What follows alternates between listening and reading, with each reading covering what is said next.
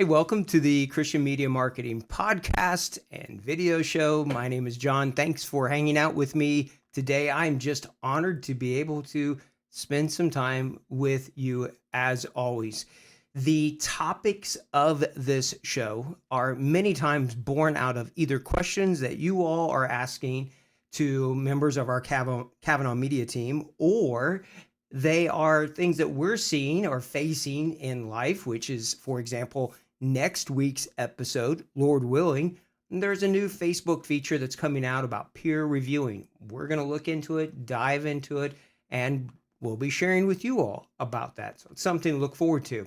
But today's topic, what I want to share with you is something from my life and something that I'm grateful for, but also gives me caution. And what I'm talking about is GPS and what software that you use. Now, I worked on the mission field in the country of Taiwan for many years. And when I first moved to Taiwan, 2004 was the year I went there. When I went there, there was no smartphones with GPS and all of this. And it was a challenge. You don't speak the language, you don't read things. You're trying to go in a city of 6 million on a scooter and get someplace. It was intense. So I would just follow what other people were doing, and if all the scooters turned right, well, guess what? I was turning right. And I would try to find my way, and eventually I did get lost sometimes, but eventually I would get to where I was trying to go. Then comes smartphones. Then comes mapping software. Google Maps specifically was the big one. And it was a game changer. Now, all of a sudden, we could get to where we needed to go. Well, then Apple came out with Apple Maps, and I remember using it early on, and it was terrible. It was so bad. There was one time I ended up just in the mountains at a goat farm, and that's not where I was trying to go, but that's where Apple Maps took me. I just kept following it, kept following what it said to do. Which, by the way, a complete side note, there is a great episode from The Office about this, of just trying to follow your GPS. And if you've never seen it, you can even get on YouTube. It would be a great one. But I want to talk to you about just the advances of GPS and the software and the cybersecurity concerns that I have specifically between Apple Maps and Google. And then I'm also just going to give you a third option, which there are many others. But if you're really concerned about privacy, then there may even be another option that's available for you that's out there. If you've ever get in your car and you use your cell phone a lot for travel and for GPS, which I do every time, even when I know where I'm going, I plug it in now to look at the traffic and to look at if there's something unexpected that's coming. So when I get in my vehicle, one of the things I started to notice was it would be like, hey, are you heading to the gym? Are you heading to this location? And it would bring up, depending on what day and what time of the day, it began to really know my schedule and my tendencies, which to me is kind of a scary thing a little bit. And so let's dive in this a little bit, just Apple Maps, Google Maps, and the comparisons between the two of them. So why privacy matters in maps? Well, it's your sensitive data. And I'm really in this episode talking to those of you working in sensitive locations more than anyone else. All right. So if you're working in a place trying to share the gospel and those who you are serving around and the location may not be friendly to the gospel, well, this is the kind of stuff I want you to be thinking through. Your location, your habits, what you search, all of this is potentially being shared depending on what kind of software that you're using, or at least it can be known. And then if the nation state or whoever is legal entity is reaching out there to these companies, will they share that information with them about you? So if you use, let's say, Google Maps and you're searching for a restaurant here or there, whatever it is you're searching for, all of that is a part of that data. So Apple and Google have very different philosophies when it comes to the data that is used. And I really just want to look through that from a privacy focused kind of feature based issue as we look through this. And so, Apple versus Google. Now, I'm not going to in any way say, oh, this is better for this. I'm just looking privacy, just through the lens of privacy today. All right. So, a couple things here as we move through this. When Apple doesn't tie your account in Apple Maps to your Apple ID, in Google, it is. If you want to use your Google Maps, then your Google account that you have set up, and I have both of them, and I've used both of them, and it's interesting to compare them sometimes, even just with traffic itself. But your account is linked in Google, where Apple it's not.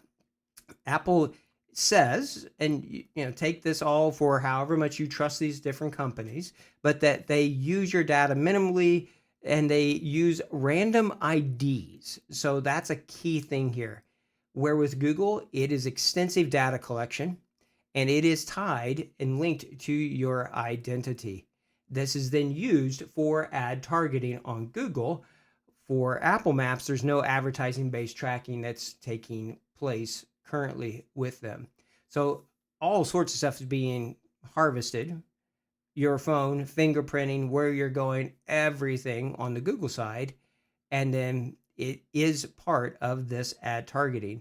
The functions themselves, much of it is done on the phone with Apple and Apple Maps. For Google Maps, it is done mainly in the cloud. It's on their servers that a lot of this is happening. And then the information that is sent to the servers, if you use Google Maps, it is very precise. If you use Apple Maps, it's blurred out. It's obfuscated. So even on their own servers in Apple, it's going to get you in a region, but not necessarily right down to that 3-foot circle potentially of where you might be using Google Maps. The history of where you go is stored locally and or encrypted on servers if you're talking with Apple. With Google, it's stored in your Google account. So if you were to switch over to a different device and use that Apple one, the navigation history would be completely different there because it's stored locally on it. Your search personalization is very much anonymized when it comes to Apple. It's heavily personalized when it comes to Google. Now, there's pros and cons to all of this. With marketing, with all of these things, the more personalized, the better the results should be for what you're looking for. So if you're like, I have no security concerns whatsoever on this, fine, choose whichever one. But if you do have security concerns when it comes to your mapping software and GPS, that search personalization itself is a key part that comes into it. Is the data end-to-end encrypted? Well, it is end-to-end encrypted on Apple, and it has a limited encryption, end-to-end encryption on the Google side of it. If you want to tweak some of these things, there's strong privacy defaults that are set up by default on Apple. It's possible on Google, but you need to go in there manually do that. And it comes back to the revenue model themselves. For Google, they are an ad-driven data model. That's what they're doing. That's how they make their money. So yes, it's free, but it's being free because of the ads and what they're using your data for. With Apple, it comes back to hardware and services. So they're not doing the ads, and that's not their revenue model. And so that's what's driving their sales is their devices. That's why they talk so much about privacy, is because it's in their devices. There's chips, things involved right on the actual devices. That's how they make their money. So if you don't want to use Apple or Google, there's another one that I've been testing now for about a month.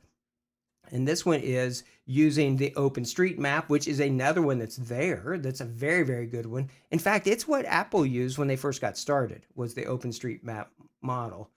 But Magic Earth is another one that is very much privacy focused. They aren't storing your data, they're not giving it out to other people. There's none of that stuff. And it still integrates with your vehicle if you've got like CarPlay or some sort of way to be able to bring up on a screen what is going on. Actually, several cool things built into this software. Is it as amazing as Google or Apple? Well, probably not as amazing. Does it get you to where you need to go? Does it have accurate directions and time estimates and all of those things? Yeah, it does. And so Magic Earth is the name of that one, and it might be something you want to look at. So if you are concerned about privacy, and if you are in a sensitive location, you need to be concerned about privacy, then Apple Maps or Magic Earth or something like that is going to be more, in my opinion at least, more suited for what you're going to need. Google and Google Maps offer so many amazing features, and they offer more features, but they are collecting more data.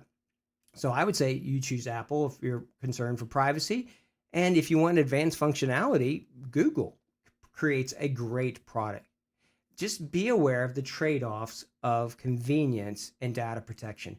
This is always a part of what's called the CIA triangle of your data security: the confidentiality, the integrity, and the availability. You can make things super secure, but then they're not usable. And so this is that trade-off of convenience and privacy. And so if you don't want to use Apple or Google, well, maybe try Magic Earth. That might be one you might want to just look into as well and see maybe it will do all that you need and give you the privacy that you need as well. All right. So hopefully that just gives you something to think about, is privacy and the tools you use, especially with GPS. It is an amazing thing. I'm very, very thankful for it. When I fly, I'm very thankful as a pilot having GPS, what's called RNAV, radio navigation types of things, and using the GPS satellites. And it's just amazing. And so I'm thankful for it. And I'm thankful for how it helps us even on the mission field. But privacy is also something that we need to be thinking about on that. All right. Thanks for listening. Thanks for hanging out with me today. As always, subscribe, share it with other people if you would.